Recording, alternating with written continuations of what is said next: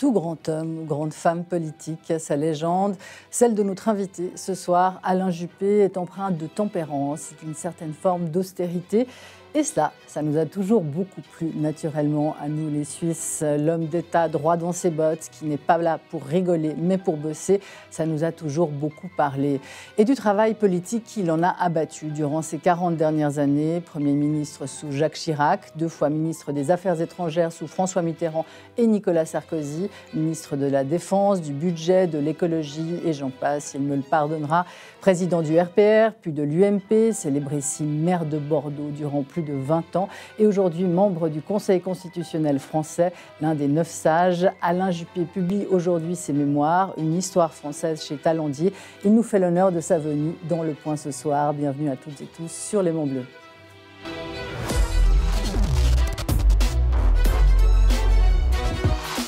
Et bienvenue à tous autour de cette table, Monsieur le Premier ministre. Bonsoir, merci de m'accueillir. C'est un très grand plaisir de vous accueillir et un très grand honneur. Vous êtes de passage à Genève, invité hier du débat dîner organisé par l'association Convergence. Vous êtes venu accompagner surtout vos mémoires. Je l'ai dit, une histoire française que l'on voit passer à l'écran. Une tranche de vie, une tranche de l'histoire de France, surtout parce que vous êtes indissociable de la gouvernance de ce pays depuis plus de 40 ans. À vos côtés, Richard Verly. Bonsoir Laetitia. Un Français de Suisse ou un Suisse de France, c'est comme il vous plaira de le voir. Richard Verly, correspondant international pour le journal Blick, chargé de la France et des questions européennes. Et bienvenue à Philippe Val. Bonsoir Laetitia. Notre éditorialiste maison, ancien directeur de Charlie Hebdo et de France Inter. Alors, monsieur le Premier ministre, vous terminez votre livre en déplorant aujourd'hui que l'hubris fait recette, que ça soit en matière de relations internationales ou de politique intérieure. Ça, c'est moi qui rajoute. On le voit évidemment dans la guerre qui se déroule en ce moment même en Israël et à Gaza, en Ukraine, en Afrique subsaharienne. Sommes-nous rentrés aujourd'hui dans une période de très grande brutalité ? Un des auteurs qui m'a le plus marqué dans mon apprentissage, si je puis dire, Montesquieu, un Bordelais aussi, écrit que ce qui est le plus facile, c'est de monter aux extrêmes. Ce qui est le plus difficile, c'est de garder son sang-froid, d'écouter les autres, de faire jouer sa raison, et puis finalement de se décider. Voilà pourquoi je prône cette vertu de modération, et j'ai conscience d'aller complètement à rebours de l'ère du temps. Parce que l'ère du temps consiste à vociférer, à vitupérer, à exagérer d'une certaine manière. Il y a une forme d'hystérisation de la vie politique. Et je crois que ça, malheureusement, c'est un grand danger contre lequel j'essaie de me battre. Alors, avant qu'on ne poursuive sur les tragédies du monde, l'hubris, malgré tout, elle fait partie aussi de la quête du pouvoir. Vous en parlez, d'ailleurs, vous n'avez aucune mensuétude avec vous-même. Vous dites, voilà, j'ai été orgueilleux, j'ai voulu le pouvoir pour le pouvoir à plusieurs reprises. Vous ne le dites pas, évidemment, aussi franco que je le dis maintenant. Mais ça fait partie quand même des qualités qu'il faut pour être un homme d'État. Bien sûr, mais quand on vous dites que vous êtes un modéré, on vous dit que vous êtes un mou. Ça n'a rien à voir. Il y a même un auteur qui explique qu'il n'y a rien de plus radical que la nuance, ou le sens de la nuance. Il faut savoir décider et agir. Et moi, si j'ai aimé la politique, c'est précisément parce que ça donne la capacité d'agir. Notamment quand on est un élu local, où on peut faire des choses. Alors, on y reviendra sûrement sur les qualités qu'il faut avoir pour être un homme d'État. Juste une petite mention. Vous avez dit que j'avais été ministre de l'écologie, j'étais le moins durable des ministres du développement durable, puisque je n'y suis resté qu'un mois.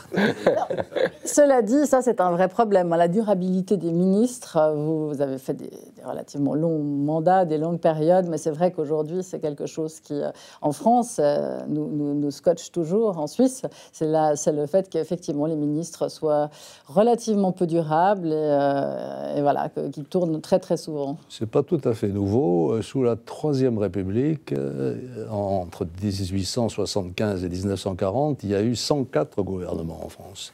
Et la durée moyenne des gouvernements sous la Quatrième République, c'était 7 mois. C'est contre cela que le général de Gaulle a voulu lutter en 1958, en faisant une nouvelle constitution qu'il a fait approuver par les Français, en donnant au pouvoir exécutif un certain nombre de moyens de stabilité. C'est en cause aujourd'hui. Puisque certains éléments de ce qu'on appelait le parlementarisme rationalisé sont contestés. Le 49.3, c'est un chiffre qui est désormais très populaire en France aujourd'hui dans le débat politique. Voilà d'où nous sortons et je crois qu'aujourd'hui nous sommes arrivés une constitution qui est très souple, qui s'adapte facilement à des présidents très différents, avec des styles très différents, mais qui nous assure une certaine stabilité du pouvoir politique. En revanche, ce qui a changé, c'est quand même les personnalités des ministres. C'est vrai qu'aujourd'hui, on a l'impression, on a beaucoup glosé sur les gouvernements d'Emmanuel Macron. Je ne vous demanderai pas de commenter parce que je sais que vous ne pouvez pas le faire, mais la personnalité des ministres, aujourd'hui, elle n'est pas relevante. Oui, il y eut un temps où les ministres étaient effectivement tous hyper identifiables. Ce n'est pas tout à fait nouveau, pardon. D'abord, moi, je ne peux pas me prononcer sur la vie politique je intérieure, je vous le rappelle, joker, parce que je suis un devoir de réserve, mais ce n'est pas la première fois qu'un grand nombre des membres d'un gouvernement sont totalement inconnus. Vous pensez à quelle période ? Tout le temps. Je ne suis pas sûr que dans mon propre gouvernement, on ait connu la totalité des ministres. Il y a souvent quelques personnalités fortes, il y en a quelques-unes aujourd'hui, dans des postes clés, l'économie, bien sûr, l'intérieur, la justice, etc. Mais vous avez un grand nombre de secrétaires d'État qui passent en dessous des radars. Ça, c'est assez classique en démocratie. Alors, l'actualité majeure aujourd'hui, dans la marge du monde, c'est évidemment la situation dramatique à Gaza. Les bombardements en réponse aux abominations commises le 7 octobre par le Hamas ont déjà fait des milliers de morts selon l'administration américaine, plus de 10 000 morts selon l'organisation terroriste palestinienne. Est-ce que vous diriez, comme votre ancien chef de cabinet, Dominique de Villepin, pas que votre chef de cabinet, mais c'est vous qui l'aviez engagé. C'est Premier ministre aussi. Ancien Premier ministre. Que cette guerre aujourd'hui nous met tous en danger.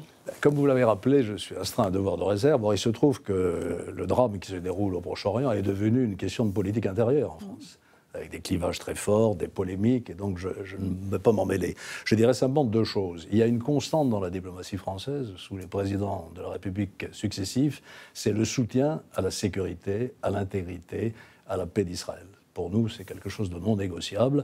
Nous avons toujours été sur ce point très engagés, nous le sommes plus que jamais. C'est la raison pour laquelle il faut évidemment condamner l'attaque terroriste, barbare, sauvage, dont Israël a été victime avec le nombre de morts que vous avez évoqué. Voilà, donc là-dessus, il n'y a pas de discussion. Il est légitime qu'Israël se défende en éradiquant les mouvements terroristes, le mouvement terroriste qui l'a attaqué. J'ajouterai une deuxième chose. Et le jour d'après, quand Israël aura éradiqué le Hamas, ou si Israël arrive à éradiquer le Hamas, qu'est-ce qui se passe après ? Il y a une idée qui traîne depuis très très longtemps, qui est celle des deux États. Je vais vous raconter une petite anecdote qui remonte à 1993. J'étais ministre des Affaires étrangères. Monsieur Yitzhak Rabin était en voyage officiel en France. Il vient au Quai d'Orsay me rendre visite. Il arrive avec sa personnalité un peu forte et il me dit « Jamais nous ne négocierons avec le Fatah et l'OLP ». Et pendant ce temps-là, ces émissaires étaient à Oslo en train de conclure le traité avec les émissaires d'Arafat. Vous voyez, il y a eu une période où cette solution des deux États avait une certaine crédibilité. Est-ce qu'elle est encore crédible aujourd'hui ? Est-ce qu'il y a une volonté de la part des protagonistes, d'un côté comme de l'autre, d'arriver à cette solution qui est la seule de sagesse ? Parce que qu'est-ce qu'on fait des plusieurs millions de Palestiniens qui sont sur ce territoire ? À Gaza, en Cisjordanie, dans les camps de réfugiés en Syrie, au Liban ou ailleurs. Donc c'est une question qu'on ne pourra pas éluder et qui va se poser, je l'espère, rapidement. Alors évidemment, c'est une grosse question. Attendez, juste Philippe, avant de vous faire réagir, j'aimerais justement vous faire écouter Micheline Calmirel, ancienne présidente de la Confédération suisse, qui, elle, a œuvré justement à l'initiative de Genève au début des années 2000. Et voici ce qu'elle en pense. C'était au début, justement, juste après les attentats du 7 octobre. Voici ce qu'elle en pense de cette solution à deux États. On l'écoute, c'était en matinale sur la RTS. Vous croyez encore à cette initiative de Genève 20 ans après ? Parce que c'était un échec à l'époque. Je viens de vous le dire, l'initiative de Genève, c'est la solution à deux États. Oui. Et ce n'était pas un échec. Madame Clinton m'a dit, quand j'ai présenté l'initiative de Genève aux États-Unis, m'a dit, vous avez fait nos devoirs à domicile. Mais il fallait pouvoir la mettre en œuvre pour réaliser la solution à deux États. Or, je le répète, la solution à deux États, aujourd'hui, c'est une utopie. Il va falloir travailler d'autres pistes, par exemple la piste confédération, fédération, des pistes d'un seul État avec les mêmes droits pour tout le monde, mais là, ça pose le problème de l'État d'Israël qui est un État juif. Donc, ça demande vraiment beaucoup d'investissement et c'est vraiment le contraire de ce qui a été fait ces dernières années. Donc, moi, l'initiative de Genève, c'était la solution à deux États. Se désengager de l'initiative de Genève, c'est abandonner la solution à deux États, qui me paraît, encore une fois, une chimère, malgré, encore une fois, le fait qu'aujourd'hui encore, on entend les États-Unis en tête dire c'est la solution à deux États. Philippe Val, oui, réagir sur... à chaque fois qu'on parle de la situation au Moyen-Orient, on pense que c'est Israël. C'est la clé, elle est dans les mains d'Israël. Moi, je ne suis pas sûr, je ne sais pas ce que vous en pensez, mais depuis pratiquement le début de cette histoire, c'est-à-dire la volonté de créer un foyer juif, la déclaration Balfour en 17, les Arabes refusent. Dans les années 30, on propose un partage de la Palestine. Il n'y a pas de pays là-bas. C'est des anciennes dominations qui sont terminées sous mandat anglais. On propose 80% de la terre aux Arabes, 20% aux Juifs. Les Arabes refusent. Même scénario en 47 et à la création de l'État. Est-ce qu'il n'y a pas un problème? Ce ne serait pas le moment aussi de faire pression sur les États arabes et sur les Palestiniens pour qu'enfin ils arrêtent de faire capoter les négociations, parce que c'est ce qui s'est produit à chaque fois. À Camp David, on se souvient que c'était tout près, jusqu'au moment où Arafat déclenche une série d'attentats qui a fait 1000 morts en Israël, qui font capoter les accords de Camp David. Donc il y a peut-être pression à faire des États arabes qui, peut-être aussi en secret, alors vous étiez ministre des Affaires étrangères, donc vous en savez sans doute plus que moi, mais ils ont plutôt intérêt à éradiquer les frères musulmans, les Saoudiens, les Égyptiens, les Jordaniens. En ce moment, ils condamnent Israël, mais est-ce qu'au fond d'eux, ils n'espèrent pas que Israël va écraser le Hamas ? Écoutez, moi, je ne suis plus dans le jeu diplomatique, donc je ne peux pas répondre à votre question. Ce que je sais, j'étais très attentif au diagnostic qui était porté sur la solution à deux États. Tout le monde se raccroche à cette idée. Et c'est pour ça que j'ai moi-même posé la question, est-ce qu'elle est encore crédible ? Pour qu'elle soit crédible, il faut une volonté des deux côtés. Et vous avez raison de savoir, des deux côtés, bien entendu, du côté israélien et du côté palestinien. Est-ce qu'elle existe ? Point d'interrogation.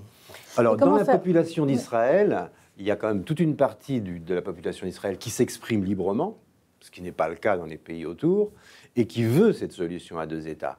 Il y a un mouvement pour la paix. D'ailleurs, les kibbutzim qui se sont fait massacrer près de Gaza récemment par le Hamas étaient favorables. C'était une... Oui, ce que vous dites est peut-être vrai. Je ne suis pas sûr que les colons de Cisjordanie soient tous favorables à une solution à deux États. Là, vous parliez du peuple israélien, vous parliez des Israéliens. Il y a eu des... Enfin, bon, voilà, et même effectivement, aujourd'hui, Philippe Val, dans l'opposition, Yair Lapid, qui est pourtant le chef de l'opposition en Israël, est extrêmement prudent concernant les colonies, justement en Cisjordanie.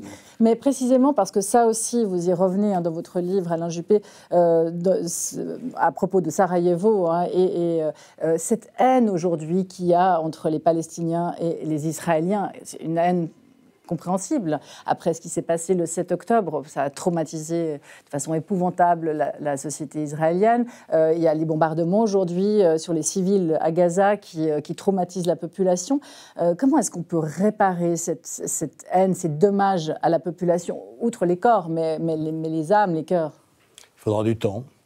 Et puis, moi qui ne suis pas marxiste, j'attache beaucoup d'importance au rôle des personnalités dans l'histoire. Il y a eu Rabin, il y a eu Arafat aussi, qui, malgré ce que vous avez dit, a beaucoup évolué au fil du temps. Et son organisation a également changé. Est-ce qu'il y a aujourd'hui des personnalités suffisamment fortes pour assumer un processus de réconciliation entre des hommes et des femmes qui sont, j'allais dire condamnés, le mot n'est peut-être pas souhaitable, mais à vivre ensemble ? Parce qu'ils sont sur une terre où ils ont le droit de vivre. Les Israéliens d'un côté, les Palestiniens de l'autre.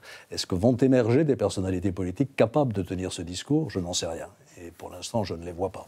Une terre pour deux peuples. Richard Verly, justement sur la solution que proposait Micheline Calmiret, qui disait, voilà, deux États. C'est une chimère, en revanche, une confédération peut-être. D'abord, je voudrais rendre hommage au courage de Micheline Calmiret, parce que ce qu'elle dit, c'est-à-dire la solution à deux États aujourd'hui est une utopie, c'est courageux.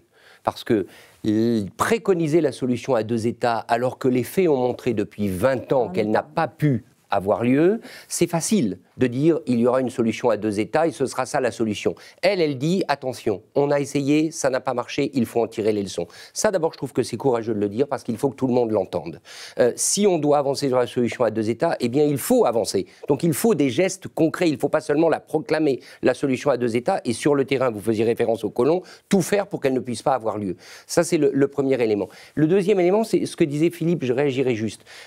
Philippe a raison sur le constat historique. Il a raison sur le fait qu'il y a eu cette obstruction des pays arabes à un certain nombre de solutions qui leur ont été proposées. Mais est-ce que ça, c'est pas une vision occidentale du monde?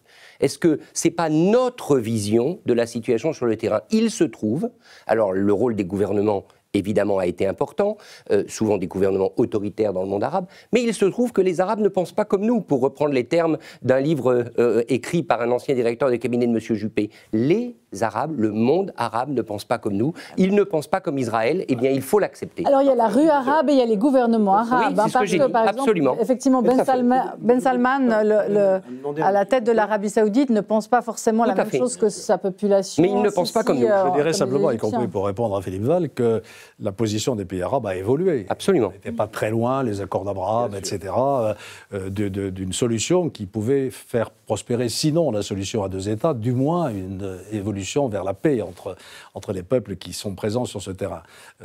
Aujourd'hui, on a reculé. Hein. On a reculé. Clairement. Alors, moi, je pense que l'histoire nous donne pourtant des exemples incroyables de réconciliation franco-allemande de Gaulle-Adenauer, après, quand même, depuis 1870, des guerres cruelles, massacrantes, terribles, et surtout, réconciliation allemande-Israël, les Allemands et Israël, après la Shoah. Comment se fait-il que sur le terrain, là-bas, on ne puisse pas arriver à une réconciliation entre Arabes et Juifs, alors qu'on a fait la réconciliation? Les Alliés ont écrasé l'Allemagne, et après ont rééduqué, il y a eu une rééducation du peuple allemand. Voilà. On n'est pas tout à fait dans le même cas de figure. Enfin, c'est vrai, mais probablement pas l'être. Néanmoins, il y a aujourd'hui, l'Allemagne soutient l'État d'Israël. Ils ont des relations diplomatiques fortes, des relations fortes, etc. Ce qui est quand même incroyable, mais ça s'est fait. Ce qui vous donne raison sur la question des personnes, la qualité des personnes. Vous avez raison, mais il faudra du temps. Il faudra du temps. Mais pourquoi ça ne marche pas avec les Arabes et les Juifs? Est-ce que, et c'est une question que je vous pose, est-ce que ça n'est pas une folie théologico-politique qui parcourt le monde arabe qui rend cela impossible? Est-ce que la version exterminatrice des Juifs qu'il y a dans certaines pages du Coran et qui est reprise à la lettre par des autorités religieuses et politiques, est-ce que c'est pas ça le fond du problème? Oui, vous avez raison, mais on peut élargir le débat. Quelle est la religion qui a déclaré que le peuple juif était déicide? C'est pas l'islam. Non. C'est la religion catholique. Il a fallu attendre Vatican II, c'est-à-dire 1964, pour que les chrétiens acceptent de renoncer à cela. Vous savez, à Bordeaux, nous avons accueilli au début du XVe siècle, au XVIe siècle plus exactement, les communautés juives expulsées d'Espagne, qui étaient passées par le Portugal, et qui se sont retrouvées ensuite à Bayonne et à Bordeaux, expulsées par les rois catholiques. Donc l'antisémitisme est une très longue histoire, et ça n'est pas le monopole de la religion musulmane ou des leaders musulmans. C'est un fléau terrible contre lequel il faut se mobiliser, et j'espère que la France se mobilisera encore plus qu'elle ne l'a fait jusqu'à présent, mais c'est un fléau qui traverse les siècles et qui traverse les religions, malheureusement. Est-ce que, pardon de me tourner vers vous, est-ce qu'on peut aujourd'hui faire confiance, par exemple aux États-Unis, la superpuissance, l'hyperpuissance, disent certains, pour être capable de ramener un certain nombre d'acteurs à la raison, ou est-ce qu'il faut simplement attendre ? Bon, l'hyperpuissance, elle a ses limites. On n'est peut-être plus dans un monde où tout se passe à Washington. Et on voit bien aujourd'hui que la capacité de pression de Biden sur Netanyahou a ses limites. Donc, elle l'a toujours eu. Obama n'avait pas de... Vous étiez d'ailleurs ministre des Affaires étrangères à l'époque. Mais en tout cas, je pense qu'il y a les États-Unis, il y a l'Europe aussi qui a un rôle à jouer. Vous le pensez ? Je pense que l'Europe peut faire pression, mais comment? Bien sûr. D'abord en parlant, en prenant des positions qui sont aujourd'hui à peu près convergentes, pas tout à fait. On a vu qu'il y avait des points de vue un petit peu différents sur ce qui se passe actuellement. Mais je pense que l'Europe a aussi un rôle à jouer pour rappeler à la raison, à la négociation, à la recherche de solutions. Je pense que dresser le constat de mort de la solution à 2 États, c'est courageux, mais ça va complètement à l'encontre de tout ce que disent les diplomaties occidentales. Nous continuons à dire 2 États, 2 États, 2 États. OK, si c'est dépassé, qu'est-ce qu'on fait? Il va falloir faire un seul État et une confédération. Beaucoup de générations. Bon, enfin, je reprenais ce que disait Mme Calmiret. Oui, mais enfin, ça, c'est pour dans 4 siècles. Oui, c'est pour une confédération. Dans 4 siècles, la En 4 siècles. Dans un État qui se dit « je suis un État juif », bien sûr, comment on fait une confédération avec des gens qui ne sont pas juifs et qui sont arabes et qui sont aussi sur leur terre? Donc c'est extraordinairement compliqué. Même si j'ai été ministre des Affaires étrangères 2 fois, je n'ai pas la solution aujourd'hui. Je suis modeste. Oui, d'ailleurs, c'est un peu contre-intuitif, mais c'est vrai que, pour revenir à votre livre aussi, au parcours dans le gaullisme, il y a effectivement un penchant qui est plutôt pro-arabe que pro-Israël. Je ne pense pas qu'on puisse dire ça. C'est ce qu'on a prêté au général de Gaulle avec sa fameuse phrase sur le peuple fier de lui, dominateur. Fier de lui et dominateur, oui. Conférence de presse, mais la position de la France a toujours été d'un soutien sans nuance à la sécurité d'Israël, à son intégrité territoriale et au fait que le peuple juif puisse vivre en paix sur le territoire. Cela dit, ça ne nous a pas empêché d'avoir une oreille pour écouter ce que disent aussi les pays arabes et pour essayer de les comprendre. Oui, d'ailleurs, Jacques Chirac était resté une idole dans le monde arabe. Oui, mais moi aussi j'ai essayé de comprendre le monde arabe, vous savez, et je confesse dans mon livre, puisque vous en parlez, une forme de naïveté. En 2011, j'ai cru au printemps arabe. J'ai même organisé au Quai d'Orsay, ou à l'Institut du monde arabe, plus exactement, une grande conférence où j'avais fait venir des représentants de la Tunisie, de l'Égypte, etc., pour réfléchir à ce que pouvait être l'émergence de la démocratie dans les pays arabes. Je regarde ce qui se passe 10 ans après, c'est un fiasco total. J'allais venir. Chaos, la Syrie est dans le chaos, l'Irak pas loin, et la Tunisie commence à devenir un État autoritaire, voire dictatorial. Pourquoi Et pourquoi ça, c'est une vraie question. Et c'est là que je reprends ce que vous pas que le phénomène religieux est massif. Peut-être, il y a peut-être le facteur religieux, un facteur de civilisation, et peut-être faut-il que nous renoncions à vouloir imposer aux autres ce que nous pensons. Sauf si ce que pensent les autres s'importe chez nous. Ah oui, ben alors ça c'est tout à fait différent. Quand Maurice Gourde-Montagne dit « les autres ne pensent pas comme nous », je lui ai écrit un petit mot pour le féliciter de son ouvrage, qui est excellent, et j'ai rajouté « mais ça ne nous dispense pas de continuer à penser ce que nous pensons ». C'est pas parce que les autres ne partagent pas nos valeurs démocratiques que tout d'un coup, il faut battre notre coulpe en se disant que, elles ne sont peut-être plus consensuelles. C'est une distinction que m'a suggéré Robert Badinter. Mais elles sont universelles. Et en tout cas, ce sont les nôtres. Et donc, il faut absolument, et c'est là aussi que l'Europe a une valeur d'exemplarité, il faut que nous renforcions notre attachement aux libertés démocratiques et aux régimes qui sont les nôtres pour montrer qu'on est plus heureux dans une démocratie. Mais qu'est-ce qui freine dans les pays musulmans, on va dire, parce qu'il y a l'Iran aussi, qui n'est pas un pays arabe. Dans les pays musulmans, qu'est-ce qui freine justement le concept de démocratie dans ces pays-là? Parce que de fait, effectivement, alors ça c'est le mantra d'Israël, de dire on est la seule démocratie de la région, mais dans les faits, c'est vrai. Je ne suis pas sociologue, et est-ce que c'est inhérent à l'islam? La Turquie la Turquie ottomane était un pays musulman, elle s'est laïcisée sous la conduite de Kemal Atatürk. Il n'y a pas de fatalité. Et Nasser, qui était un leader arabe important, a laïcisé aussi le régime égyptien. Donc il n'y a pas une fatalité, si je puis dire. Il y a eu une dérive de l'islam, sous l'influence de mouvements comme le wahhabisme, etc., d'un retour à une lecture littéraliste du Coran. Et ça, c'est une des grandes questions que je pose, et qui est mal comprise. Je me suis fait accuser d'islamophobie quand je dis « y a-t-il place en France pour la religion musulmane ?» Si on répond non à cette question, ça veut dire qu'il y a 4 à 5 millions de Français qui n'ont pas la place chez nous. Et donc la question est de savoir si une conception contextualisée dans le contexte d'aujourd'hui de la religion musulmane est compatible avec les valeurs de la République. Moi je le crois, mais quand je le dis, personne ne me croit. C'est aux leaders musulmans de le dire. C'est aux théologiens. On ne les entend jamais. C'est un problème. Et je me souviens de mon dialogue avec un imam de Bordeaux qui s'appelait Tarek Obrou, qui, paraît-il, a été dans sa jeunesse frère musulman, mais qui a bien évolué, qui dit, par exemple, que rien dans le Coran n'oblige les femmes à porter le voile. Et je lui dis, mais c'est à vous de le dire. Et il me répond, mais on n'a pas à se justifier.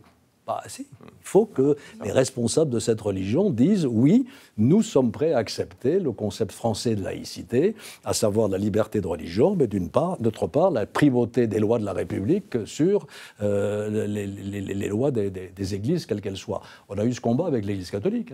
Ah bah, Et c'est vrai. ça a été- 1905, je voyais il n'y a pas très longtemps un petit documentaire merveilleusement fait avec un Pierre Arditi génial sur la fin de vie de Clémenceau. Oui, j'ai vu ça. Vous avez vu ça, ouais, il ouais. est génial dans ce rôle. Et ça a été une bagarre en 1905. Hein. Il y avait les gendarmes qui faisaient évacuer les congrégations dans les églises. Et puis l'Église catholique a accepté la République et a accepté la conception de la laïcité. Nous sommes dans une certaine mesure à peu près dans la même problématique avec l'islam, avec cette petite différence, c'est qu'il n'y a pas de structure organisée du côté de l'islam. Mais est-ce que justement, Il n'y a pas de on leur laisse trop de place aux religions? Alors en l'occurrence, l'islam en prend beaucoup, notamment en France. Est-ce qu'on leur laisse trop de place dans nos démocraties aujourd'hui à ces religions? Écoutez, aux États-Unis, on peut penser à la religion évangéliste ou chrétienne. La laïcité, c'est deux choses, il ne faut quand même pas l'oublier. La laïcité, c'est la liberté de religion. Déclaration des droits de l'homme et du citoyen, toutes les opinions peuvent s'exprimer, même religieuses. Donc c'est d'abord ça la laïcité. Ce n'est pas un combat contre les religions, c'est un combat contre les religions qui prétendent se substituer à la République pour faire respecter les lois de la République. Ça, c'est les deux volets de la laïcité. Qu'on fasse trop de place à la religion, vous savez, ça dépend des religions. Aujourd'hui, il y a une forte déchristianisation. Que vous regrettez, hein. La France. Vous dites, il ne faut pas oublier effectivement que la France a ses racines chrétiennes. Voilà. Vous êtes d'ailleurs un catholique convaincu. Comment voulez-vous nier que la France ait des racines chrétiennes? Vous avez déjà visité les cathédrales en France? Je pense que oui. Donc ça nous marque. Et pas que les cathédrales, les calvaires au coin des rues, etc. Et la douleur des gens. Non, je notais simplement que vous le releviez. Non, je ne dis pas que je le regrette. Et le souligner. Pas de jugement de valeur. Je constate qu'il y a une forte déchristianisation, mais qui s'accompagne quand même d'un retour de la recherche d'une forme de spiritualité et de sacré. Il y a même des journalistes qui écrivent des livres sur la recherche du sacré. Vous voyez à qui je pense. Donc voilà, c'est un peu ambigu. Et je pense qu'il y a un vrai problème aujourd'hui avec l'évolution de la religion musulmane vers une forme de radicalité qui n'est pas compatible avec la laïcité. Et donc il faut là-dessus préciser les choses. J'avais suggéré dans ma campagne pour la primaire de conclure avec la religion musulmane une charte dans laquelle on fixe un certain nombre de principes, comme on l'a fait avec l'Église catholique et même avec la religion juive. C'est Napoléon, je crois, qui avait conclu cet accord.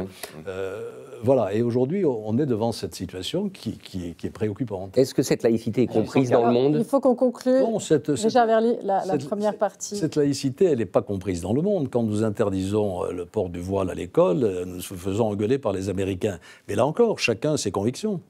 Nous avons cette conviction. Aux États-Unis, le président jure in God we trust sur la Bible.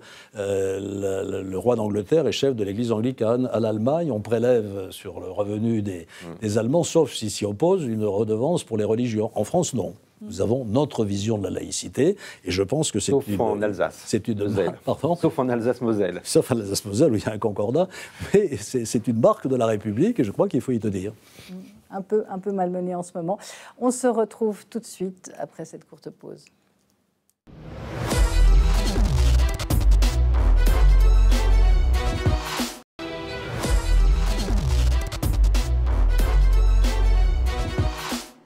Le point de retour en compagnie d'un invité très spécial, Alain Juppé, ancien Premier ministre français.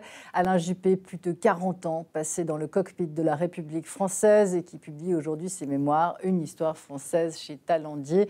Alain Juppé, ancien Premier ministre et 2 fois ministre des Affaires étrangères sous François Mitterrand et Nicolas Sarkozy. Alors justement, on parlait de religion, de religion de plus en plus envahissante. On va écouter le président turc Recep Tayyip Erdogan. Et il parlait, il disait « Je demande à l'Occident, allez-vous créer une nouvelle atmosphère de croisade à l'encontre du croissant ?» C'est quelque chose qu'on entend beaucoup aujourd'hui, Alain Juppé, cette idée qu'on irait vers une guerre de civilisation et notamment peut-être une nouvelle guerre de religion. Écoutez, moi je vais faire jouer mon joker politique. Je ne porterai pas de jugement sur les déclarations de M. Erdogan pour ne pas provoquer de crise diplomatique entre la France et la Turquie. Il y a aujourd'hui, c'est vrai, une montée en puissance du fait religieux, malgré ce que j'évoquais sur la déchristianisation en France, mais d'autres religions progressent. Et je crois qu'il faut là-dessus se cramponner à ce que j'ai évoqué tout à l'heure, à savoir chacun chez soi. Les religions dans la sphère individuelle et spirituelle et la sphère publique, c'est la laïcité. Donc je reviens sur cette valeur française qui me paraît absolument essentielle. Elle n'est pas partagée, mais donc c'est un combat. Mais ce que Dominique de Villepin dit, c'est justement aujourd'hui la guerre israélo-palestinienne, ou israélo-Hamas plutôt, accroisse et augmente ça, et que justement elle polarise encore plus les fronts, notamment sur ce plan-là. Écoutez, si j'étais libre de parole, Vous le diriez? irais-je dans le sens de Ce qui est fascinant, c'est le moment. Erdogan, 28 octobre, il fait ce discours alors qu'il commémore donc le 100e anniversaire de la fondation de la République turque, comme vous l'avez dit, qui était une laïcisation. Donc c'est très intéressant. Le retournement absolu de l'histoire, bien évidemment, et là encore Philippe avait raison, bien évidemment, c'est avant tout le fait de gouvernements, de cycles politiques successifs, d'une idéologie religieuse, mais le fait est qu'Erdogan aujourd'hui n'est plus du tout à la tête du même pays qu'Atatürk il y a 100 ans. Et la récupération. Sophie n'est plus un musée, c'est redevenu une mosquée. Voilà. Et la récupération de la cause palestinienne, qui était une cause laïque, territoriale, autour du fait religieux aujourd'hui. La question que vous posez, c'est pourquoi cette évolution de certaines religions? Il ne faut pas oublier quand même qu'il y a des suprémacistes blancs, il y a des créationnistes aux États-Unis. Il y a encore 20 à 30%, peut-être que j'exagère dans le pourcentage de gens aux États-Unis qui croient que la Terre est plate. Donc les extrémismes et les suprémacismes, ce n'est pas l'absolu monopole de la religion musulmane. Il y a des chrétiens aux États-Unis qui ont fait qui ont fait revenir en arrière justement la Cour suprême sur le droit à l'avortement. Voilà, donc exemple, bien sûr que là aussi, donc c'est vrai. Pourquoi cette évolution de la religion musulmane vers une radicalité, un littéralisme de la lecture du Coran que ne font plus les chrétiens? Enfin, je ne sais pas si je l'ai déjà dit, mais personne ne croit plus que le monde a été créé en 7 jours. Les évangélistes, oui. américains? Oui, je dis dans l'Église catholique, en tout cas dans la théologie catholique officielle. Pourquoi cette montée? Alors, si on veut se flageller, nous, Européens, on peut dire que c'est notre faute. D'ailleurs, c'est notre faute, il y a beaucoup de gens qui disent ça. Pourquoi? Parce qu'on a été impérialiste, parce qu'on a voulu imposer nos vues aux autres. Pas plus que les Turcs. Parce qu'il y a eu le colonialisme, etc. Et comme vous le dites, on n'est pas les seuls. Hein. Et l'impérialisme russe, il a existé aussi. Donc, arrêtons là aussi peut-être de nous flageller, de nous dire que tout ça, c'est notre faute. Non. Mais renonçons à imposer notre vision aux autres. Il faut trouver le bon chemin là-dessus. Le prosélytisme que nous avons manifesté, y compris du temps de Bush Junior en allant envahir l'Irak, il est passé de mode. Il n'est plus accepté aujourd'hui dans le rapport de force entre ce qu'on appelle, à tort à mon avis, parce que c'est un ensemble extrêmement hétérogène, le Sud global et l'Occident. L'Occident n'est plus le centre du monde. Voilà. Et il y a des gens qui ne pensent pas comme nous. Et je reviens à ce que j'ai dit, ça ne nous dispense pas de continuer à défendre nos propres valeurs. Parce que quels sont les espaces de liberté démocratique aujourd'hui sur la planète? Il y a un institut dont j'ai oublié le nom qui a publié un texte il n'y a pas longtemps en parlant de la plus grande régression. L'Institut international pour la démocratie et l'assistance électorale. Merci de venir au soutien de ma mémoire. La plus grande régression démocratique depuis 1975. La démocratie, elle est comme peau de chagrin en Afrique, les coups d'État, en Argentine, regardez ce qui se passe et ainsi de suite. D'où la nécessité de la défendre chez nous. D'où la nécessité de défendre les valeurs européennes qui sont inscrites dans la Charte des droits fondamentaux, où on écrit que l'essentiel, c'est la dignité de la personne humaine et la liberté de la personne humaine. Voilà. Et ça, pour nous, et même en Europe. Hein. Je suis d'accord vraiment avec vous, mais alors beaucoup moins que vous, parce que vous avez voyagé en tant que ministre des Affaires étrangères, mais même par goût. Vous avez vraiment beaucoup bougé dans le monde et vous avez rencontré énormément J'ai eu raison parce que maintenant on ne peut plus. Vous avez raison, non mais bien sûr, incroyable. Quand on lit ça, on se dit ça d'ailleurs. Quand on lit ça dans votre livre, on se dit tiens là je ne pourrais pas y aller. Bon.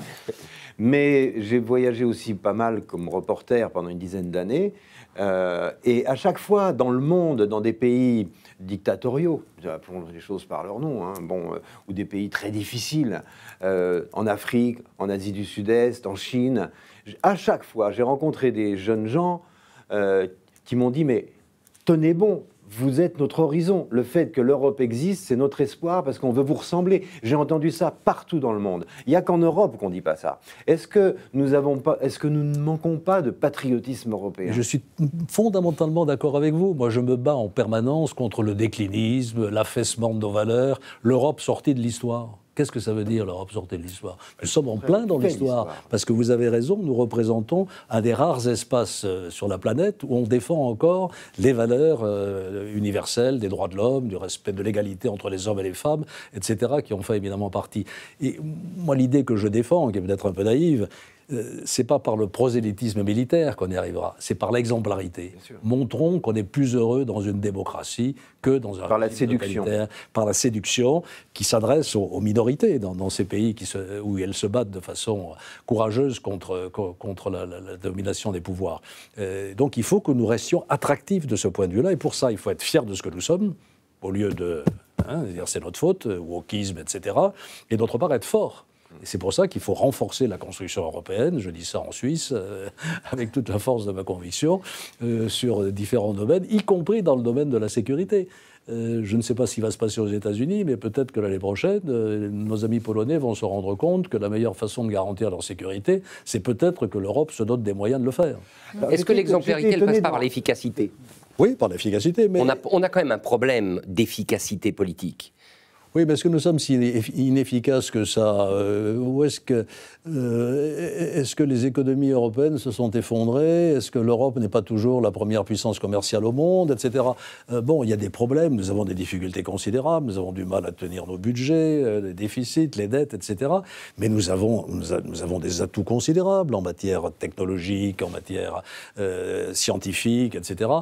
Donc il faut mettre tout ça en exergue et le renforcer par notre coopération, mais ne partons pas battus d'avance. C'est ça que je veux dire. J'ai lu un jour un texte, il n'y a pas très longtemps, d'un auteur que je poursuis de ma vindicte et que je ne citerai pas, qui parlait d'une dizaine de formes de l'affaissement de la France. L'affaissement moral, l'affaissement politique, l'affaissement social, l'affaissement économique. Mais non, on ne s'affaisse pas. Où est-ce qu'on a envie de venir se faire soigner, hein? En France. C'est pas en Russie ou en Chine. Hein. J'étais étonné dans votre livre que vous parliez, pour l'approuver d'ailleurs, l'impossibilité, enfin, le fait qu'on n'ait pas réussi à faire la CED en 1954, la Communauté européenne de défense, je pense que c'est, personnellement, ce que je pense n'a aucune importance, mais je pense que c'est je pense que c'est une faute grave de Mendès France qui a négocié ça. Bon. Et que vous approuviez la résistance à ça, enfin le refus de la CED des gaullistes de l'époque. Moi, je pense enfin, qu'est-ce que vous en pensez de ça, finalement? Bon, écoutez, on ne va pas se replonger dans l'époque 1954, je crois. Oui, c'est 54. Oui. La CED, c'était quoi? C'était la mise sous tutelle de l'Europe, sous la tutelle américaine. C'est ça que De Gaulle n'a pas voulu. Hein. Et ensuite, les choses évoluent. Moi, je soutiens la thèse selon laquelle De Gaulle n'était pas anti-européen. Si l'Europe existe, c'est parce qu'en 1958, il a dit on a signé le traité de Rome, on va l'appliquer. Il était un anti-européen contrarié par l'histoire, parce qu'il donnait raison à l'histoire qui disait que l'Europe, c'était l'avenir, en gros. L'Europe, c'était pas pour lui, c'était pas Roosevelt, voilà. Non, mais De Gaulle a toujours essayé d'avoir une voie effectivement non alignée. Ça, c'est le principe aussi du gaulliste. D'ailleurs, que vous avez aussi poursuivi. Non, il était il était américain. De Gaulle n'était pas non aligné en 64, quand on est aligné sur plusieurs plans. La crise nucléaire, il est aux côtés des toujours des Américains. Après la guerre, quand il y a le blocus de Berlin, il est du côté de nos alliés. Quand on lit sa mémoire, il est bien sûr, mais comme votre gouvernement a pu essayer être l'ami des Américains et néanmoins ne pas les suivre en Irak et marquer la différence. Être ami et allié, ça ne veut pas dire être subordonné. C'est sûr. Et justement, aujourd'hui, la grande question de l'Europe, qui est considérablement endettée malgré tout, qui n'a toujours pas... Sont beaucoup plus endettés que nous. Ils sont obligés de... Il y a toujours les talons de l'art. Il y a toujours les talons de l'art et ça, quand même, et leur armement ne marche pas. Il y a des secteurs économiques qui fonctionnent extrêmement bien. Et aujourd'hui, malgré tout, l'Europe n'est toujours pas une Europe puissance. Elle dépend toujours de l'OTAN. Les Américains sont quand même revenus en force là-dessus. Quelle voie particulière l'Europe aujourd'hui peut avoir? L'Europe est une puissance. L'Europe est une puissance économique. L'Europe est une puissance commerciale. Et politique. L'Europe existe. Non. L'Europe a une monnaie unique qui n'est pas le dollar, mais qui est une monnaie unique dont les économistes anglo-saxons avaient prédit la disparition sous quelques années. Elle est toujours là. Et plus personne ne veut en sortir. Ni Mme Meloni, ni Mme Le Pen. Donc voilà, je conteste cette idée que l'Europe n'existe pas. En matière de lutte contre les pratiques des grandes plateformes numériques, qu'est-ce qui existe? Le RGPD européen, les nouveaux actes, les nouvelles lois, je parlais anglais, Digital Service Act et Digital Market Act, c'est l'Europe qui, là-dessus, pose des règles qui vont s'imposer peut-être un jour à M. Elon Musk. Oui, l'exemple est excellent parce que, justement, c'est pas l'Europe qui crée... Non, mais c'est pas l'Europe qui crée... Enfin, c'est les États-Unis... Non, mais c'est les États-Unis qui créent, justement, le nouveau monde digital, et la Chine. Et l'Europe essaye de courir derrière justement pour mettre des garde-fous. On ne court pas derrière, non, ne soyons pas, arrêtons d'être aussi modestes. Déclinistes. Nous sommes en avance sur la régulation des réseaux sociaux, et les Américains nous copient peut-être là-dessus, et nous ne sommes pas nuls en ce qui concerne la technologie. Nous avons aussi des grands scientifiques, nous avons des grands mathématiciens, nous avons des prix Nobel, etc. Donc l'Europe a une réalité. Alors c'est vrai que ça n'est pas une puissance au sens où les Américains sont une puissance, mais peut-être, je vais dire une énormité, mais quand M. Trump a déclaré un jour, c'était sur le plan commercial, je crois, j'ai vérifié, que l'Europe était l'ennemi de l'Amérique, ça commençait à faire un déclic dans la tête de nos partenaires. Est-ce que nous ne devrions pas nous donner les moyens de nous défendre nous-mêmes? Est-ce qu'il faut continuer à recourir aux autres pour défendre ce que nous sommes? Ça progresse, l'idée progresse. L'armée européenne, c'est pas pour demain, ça j'en suis bien conscient. Mais une coopération industrielle accrue, malgré les difficultés que nous voyons, il y a un fonds européen de défense qui a été créé. Il est un peu faible, c'est 6 ou 7 milliards d'euros, je crois. Mais voilà, il y a une prise de conscience petit à petit. Et moi, c'est un de mes derniers messages d'homme politique. Je crois que notre avenir passe par l'Europe. Et il faut cesser d'antagoniser l'identité nationale et l'Europe. Ça fait 60 ans que l'Europe existe. Elle produit des tas de choses et des tas de normes. Nous sommes moins français, moins italiens, moins espagnols, moins allemands. Non, on peut parfaitement être ce que nous sommes, c'est-à-dire des citoyens d'un pays auquel nous sommes attachés, et en même temps citoyens de l'Europe. Pardon, je crois que là, je fais du Mitterrand. Est-ce que vous le faites bien. L'avenir passera aussi justement par le multilatéralisme? Est-ce que l'ONU a encore une raison d'être aujourd'hui? Une raison d'être, sûrement, mais une efficacité, non. La SDN en ce moment. En ce moment, ça sent la SDN. On aurait Albert Cohen dans Belle du Seigneur. Là, en ce moment. Son impuissance et son discrédit, hein, quand on voit effectivement que l'Iran a présidé la Commission des droits de l'homme. Et moi, ce qui me frappe, c'est l'extraordinaire basculement géopolitique auquel nous avons assisté en 30 ans. J'étais en novembre 89 à Berlin. J'ai pris des morceaux du mur. Fukuyama, la fin de l'histoire. Victoire définitive de la démocratie libérale et de l'économie de marché. La mondialisation heureuse, le bouquin d'Alain Minck. 30 ans après, voilà, le multilatéralisme est mort. L'OMC est en coma dépassé, et ainsi de suite. Et l'ONU est paralysée. Le Conseil de sécurité est incapable de se réformer et incapable de prendre des décisions. Ça, c'est le constat. C'est vrai. C'est vrai qu'il y a eu ce gigantesque basculement, et ça peut expliquer le désarroi des opinions publiques. Aujourd'hui, je comprends que les Français soient un peu paumés. Toutes les références traditionnelles, tous les repères traditionnels qui donnaient du sens à la vie collective sont en train de s'effacer. La religion de nos pères, ce n'est pas un jugement de valeur, hein, c'est ainsi. La famille, papa, maman et les enfants, c'est un modèle marginal désormais. Le travail, la relation au travail n'est plus du tout la même que celle que nous avons connue dans nos générations. Je dirais même le sexe. Le sexe biologique n'existe plus, c'est le genre... catégorie culturelle qui le remplace. Là encore, je répète, je ne porte pas de jugement de valeur, je constate simplement cette évolution. Donc les gens, ils sont paumés. Et en même temps, ils voient ce grand basculement géopolitique. Et ce qui explique le désarroi des Français. Question posée par un sondeur. Est-ce que vous, Monsieur Vernet, vous êtes heureux en France? Est-ce que vous vous sentez bien? 75%, oui. Est-ce que la France va bien? 75%, non. Donc il y a cette espèce de schizophrénie française qui s'explique par cette espèce de tumulte du monde auquel plus personne ne voit clair. Alors là, je pose un diagnostic. Après, il faut se cramponner à nos valeurs. Il faut en revenir à tout ça. Votre livre est un formidable plaidoyer pour la politique, vous le dites, vous aimez la politique, vous l'avez aimée, vous continuez de l'aimer, vous continuez d'y croire, Le problème, c'est qu'on a l'impression que de moins en moins de gens y croient dans nos démocraties, dans la capacité de la politique à changer les choses. Est-ce qu'au fond, c'est pas ça le problème? C'est que la population ne croit plus, ou une partie de la population ne croit plus dans la capacité de la politique à changer sa vie. Je ne dirais pas ça exactement comme cela. Les Français restent un peuple politique. Regardez ce qui se passe dans les chaumières. On parle politique dans tous les repas de famille, hein. En revanche, il y a une crise de la démocratie représentative en France. Et pas qu'en France, d'ailleurs. C'est vrai. Pas qu'en France. Mais en France, il y a des symptômes qui ne manquent pas. Je dis ça souvent dans mes publics étudiants. Taux de participation, taux d'abstention, plus exactement, aux élections chez les moins de 24 ans, plus de 80%. Donc, on n'est plus conscient que le pouvoir, il est au bout du bulletin de vote. Pourquoi ? Parce que, alors je peux me faire de la sociologie de pacotille, mais enfin je me réfère à quelqu'un qui n'est pas un sociologue de pacotille. Pierre Rosanvallon a écrit il y a quelques années qu'on était passé de la démocratie d'autorisation, je vote pour vous, et je vous autorise à me représenter pendant 5-6 ans, à la démocratie d'exercice, c'est-à-dire je veux continuer à exercer mon pouvoir de décision entre 2 élections. Et c'est là qu'est tout le défi.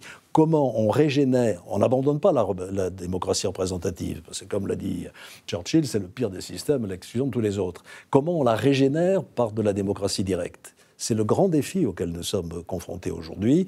Le président de la République essaye d'apporter ses réponses, le grand débat, les conventions, etc. Et le référendum, voilà. On va peut-être devenir suisse un jour en pratiquant le référendum comme vous le faites. Là, il y a un défi. Il y a un défi à relever, mais il faut y travailler. Et je pense qu'une des solutions, outre le recours à des formes directes comme le référendum, c'est une étape supplémentaire, alors je ne sais pas trop comment, je l'avoue, de décentralisation, pour rapprocher l'endroit où se prennent les décisions des citoyens. Pourquoi est-ce que les maires réussissent en général à mettre en œuvre leur programme et à faire des réalisations concrètes? Je l'ai fait à Bordeaux, mais d'autres l'ont fait ailleurs. Pourquoi? Parce qu'ils sont proches des gens. Parce qu'ils vivent au milieu des gens. Et parce qu'ils ont une capacité de durée qui leur permet de réaliser des projets. Et c'est la raison pour laquelle la démocratie locale est un peu moins malade chez nous que la démocratie nationale, encore que l'abstention aux élections municipales. Oui, puis même une agressivité. Et qu'est-ce qui s'exprime justement dans cette démocratie ou dans cette population française? Pas que, hein, mais en l'occurrence c'est la France. À propos, on va regarder cet extrait, à propos des Juifs aujourd'hui. Ce qui s'est passé le 7 octobre, l'acte de résistance du 7 octobre, en réalité l'acte du 7 octobre, c'est un battement d'ailes, de papillons. Et ils ont peur de cet effet papillon. Ils ont peur. Alors ça, c'est des propos évidemment extrêmes, hein, qui ont d'ailleurs été poursuivis, je crois, totalement en défense du Hamas. Mais cet antisémitisme extrêmement fort qui se manifeste très fortement en France aujourd'hui, il est le nom de quoi ? Écoutez, je ne suis pas suspect, d'après ce que j'ai dit tout à l'heure, d'ignorer complètement la cause palestinienne, bien sûr qui existe. Mais l'antisémitisme est un fléau insupportable, inacceptable, contre lequel il faut que nous nous mobilisions avec la plus grande énergie. Malheureusement, c'est une longue histoire. Je l'ai évoqué tout à l'heure. Hein. Au fil des siècles, il y a eu cette espèce de rejet pour des raisons religieuses en partie et pour différentes religions. Aujourd'hui, il y a une forme nouvelle d'antisémitisme qui est un antisémitisme de gauche. Hein. L'antisémitisme de droite et d'extrême droite en France, il a prospéré. Hein. Et religieux aussi. Et religieux, bien sûr. Une partie extrême de la religion musulmane. Le Front National était antisémite. Bien sûr, bien du sûr. Rafour crématoire. Donc il y a cette forme nouvelle d'antisémitisme qu'il faut combattre avec autant d'énergie que les formes traditionnelles que nous avons combattues. Et là, il faut. Je ne peux pas manifester. Moi, je n'ai d'ailleurs jamais aimé beaucoup manifester dans la rue. Mais j'irais faire, si je pouvais, la marche qui a été convoquée à Paris pour mobiliser la France contre ce fléau qu'est l'antisémitisme. Je pense que Jean-Luc Mélenchon dénonce parce que justement... antisémites, je souhaite du fond du cœur qu'ils ne le soient pas, mais enfin qu'ils le montrent à ce moment-là et qu'ils se mobilisent. J'espère qu'ils vont le montrer dimanche. J'espère qu'ils vont le montrer, moi aussi.